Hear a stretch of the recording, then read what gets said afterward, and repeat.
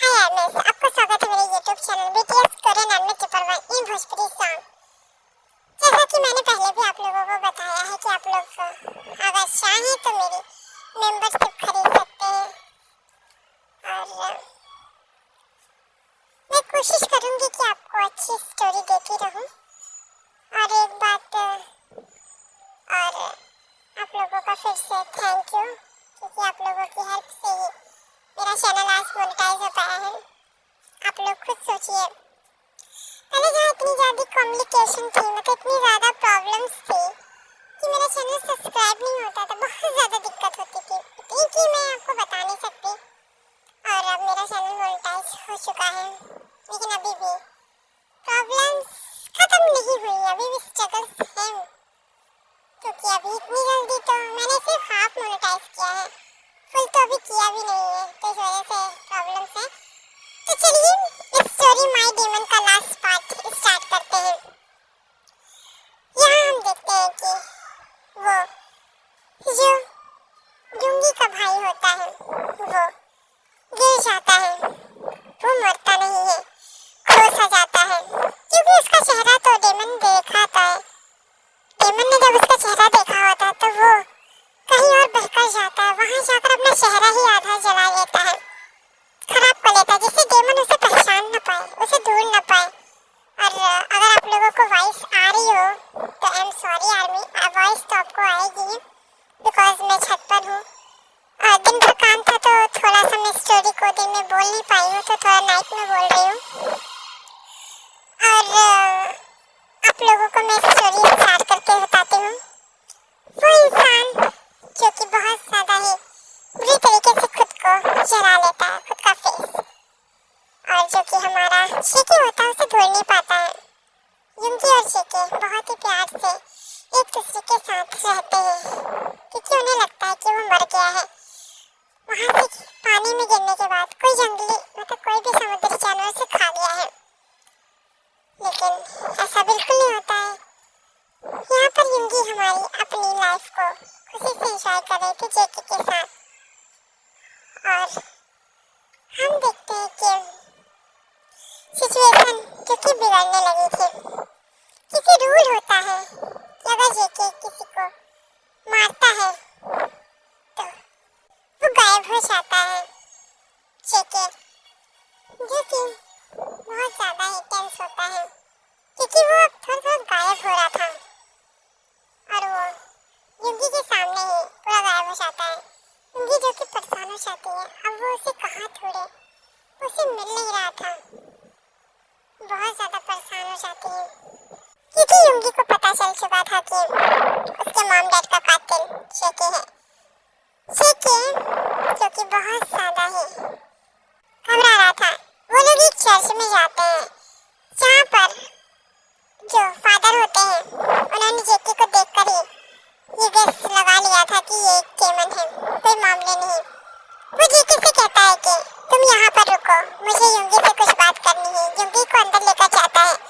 युंगी की दादी जो होती है उन्होंने पहले ही उनसे बहुत सारी बातों को डिस्कस किया होता है, क्योंकि उन्हें पता था कि उनकी मौत बहुत जल्दी होगी, उनका मर्डर हो जाएगा। ऐसे ही अब युंगी को वो सारी बातें बताते हैं कि युंगी तुम्हारे मॉम डैड का जब एक्सीडेंट हुआ था तब उनके पास कोई इंसान आया था, जिसके आने से ही वो एकदम से खत्म हो चुके थे, और उन्होंने बताया था कि उसकी आंखें लाल थी, वो एक डेमन था। युंगी जब ये सुनती है तो वो शॉक हो जाती है। इसके बाद ही शेकी जो कि गायब हो जाता है, क्योंकि वो युंगी को परेशान नहीं करना चाहता था। ऐसा नहीं है कि उसने उसके भाई को मारा इस वजह से वो गायब हो रहा था, बिल्कुल भी नहीं है, क्योंकि वो मरा ही नहीं था तो वो गायब कैसे होता।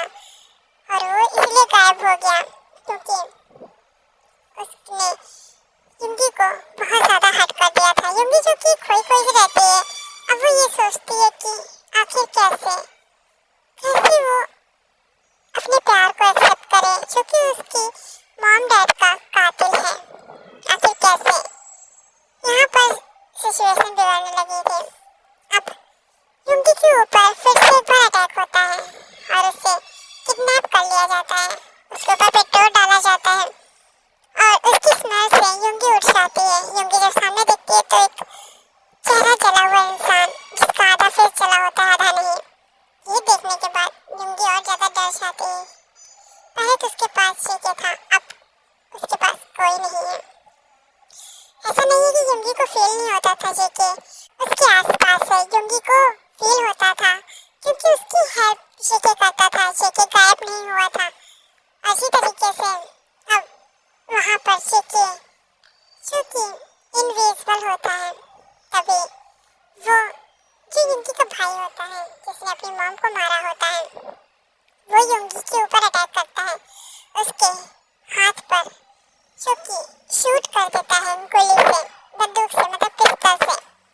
और उसके खून बह रहा था, वो जेके से देखा नहीं गया। जेके सामने आ जाता है। जेके जब सामने आता है तब जेके जो कि फील कर पा रहा था कि वो बहुत ज्यादा ही अब गायब हो रहा था, क्योंकि उसने तुरंत ही उस इंसान के ऊपर शूट कर दिया था, उसका गला दबाकर उसे वहीं खत्म कर दिया था। युंगी जो कि उसे मना करी थी बट वो नहीं मान रहा था। वो क्योंकि बहुत ज्यादा परेशान होता है, इसलिए उसने हॉबी को कॉल करके बुला लिया था। जेके को हॉबी से बहुत ज्यादा जलन होती थी क्योंकि बातें कुछ ऐसी थी। वो नहीं चाहता था कि हॉबी उसके करीब जाए युंगी के, इसलिए जेके उससे जेलस फील करता था। लेकिन अब उसकी जरूरत होती है क्योंकि युंगी के गोली लगी होती है और उसे बुला लिया जाता है। उसके आते आते जेके गायब हो जाता है।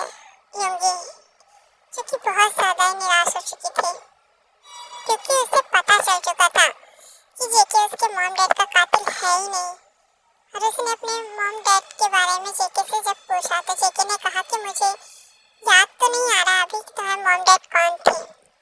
तभी युंगी उसे अच्छे से बताती है तो जेके को याद आता है। तो जेके कहता है हाँ मुझे याद आया, क्योंकि वो मुझसे ये चाहते थे कि मैं उनकी बेटी की जान बचाऊं।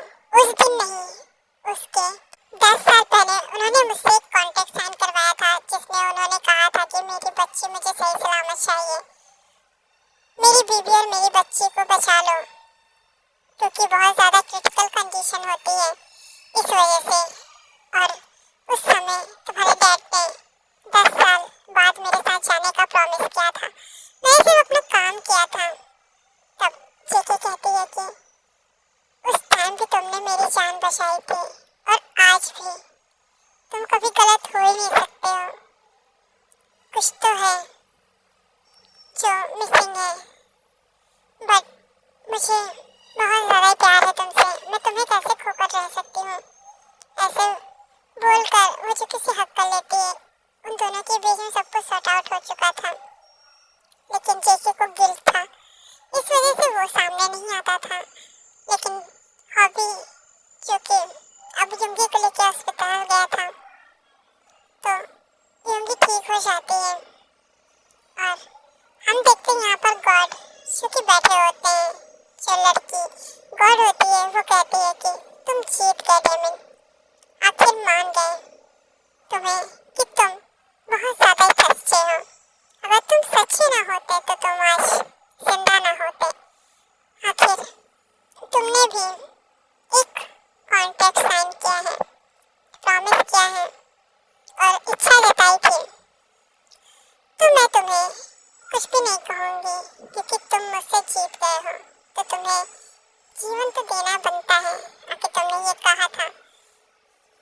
जेके को पहले से पता था कि दोनों में से किसी एक को ही जीना होगा और एक को खत्म होना होगा, इसलिए उसने खुद को खत्म करना ज़्यादा बेनिफिट समझा क्योंकि उसकी वजह से ही युंगी को प्रॉब्लम हुई थी पिछले जन्म में। तो जाहिर सी बात है जेके इस जन्म में उसे बिल्कुल भी धोखा नहीं देना चाहता था।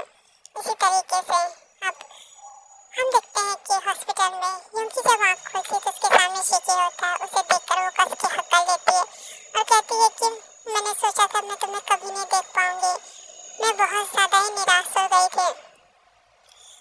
युंगी को होश 5 दिन पहले ही आ गया था, लेकिन वो हॉस्पिटल से बाहर जाना नहीं चाहते थे। आखिर वो जी कर भी क्या करती, इसलिए वो चाहते थे कि वो हॉस्पिटल में रहे।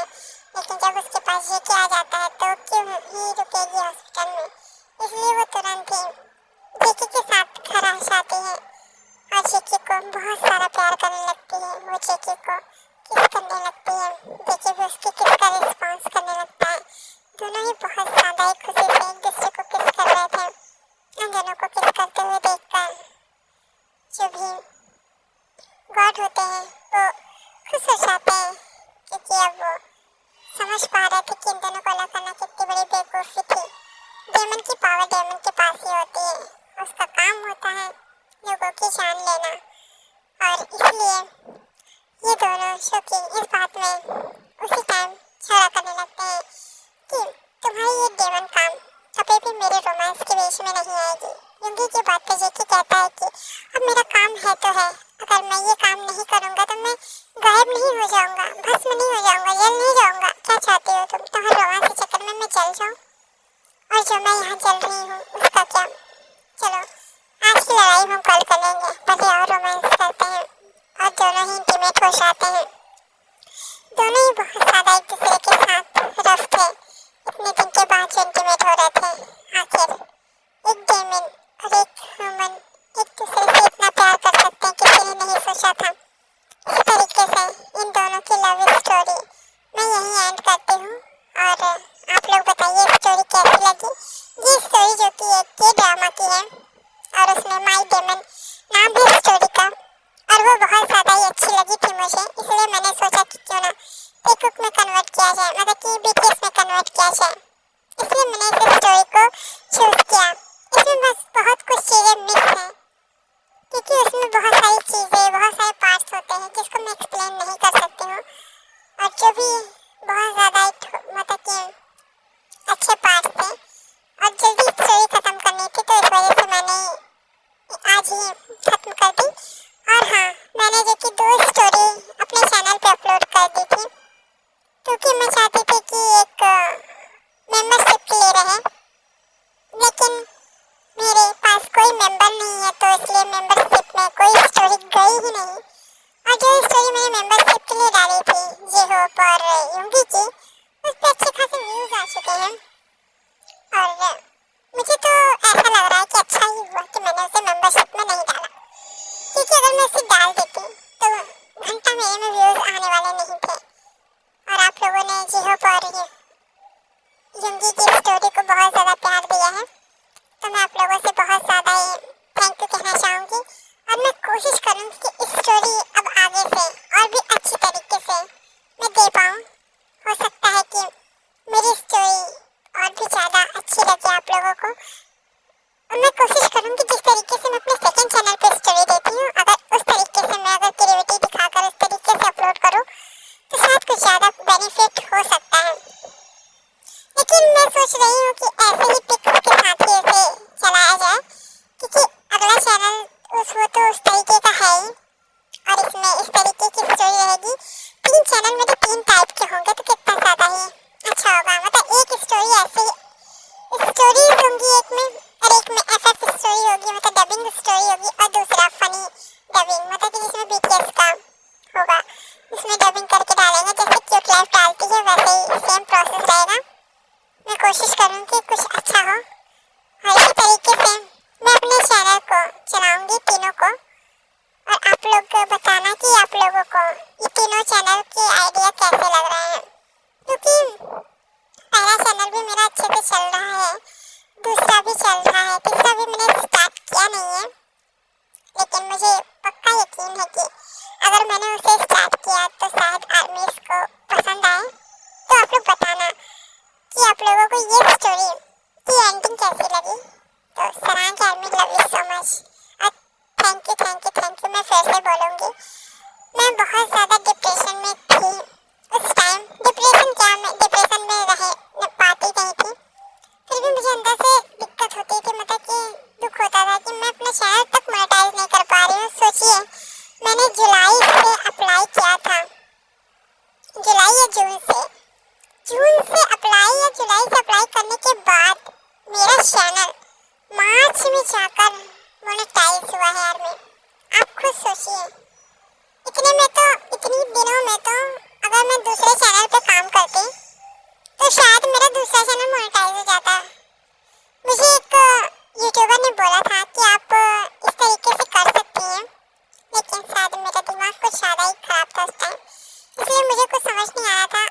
जैसे ही अभी चैनल ऑन किया, इस पे स्टोरी डाली, वाकई में बहुत ज़्यादा आर्मी का प्यार मिला मुझे और मैं बहुत ज़्यादा खुश हूँ।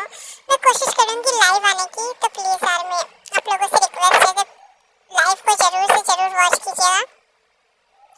अगर कोई भी आर्मी मेंबरशिप ज्वाइन करना चाहता है तो कर सकता है। मैं उस पर स्टोरीज बहुत ज़्यादा ही रोमांटिक और हॉट डालने वाली हूँ। ये मैंने डिसाइड कर लिया है, क्योंकि मेंबर के लिए कुछ भी और आर्मी के लिए भी। तो आर्मी आप लोग बताना, मैंने जितनी स्टोरी नहीं बोली शायद उतनी बातें कर ली है।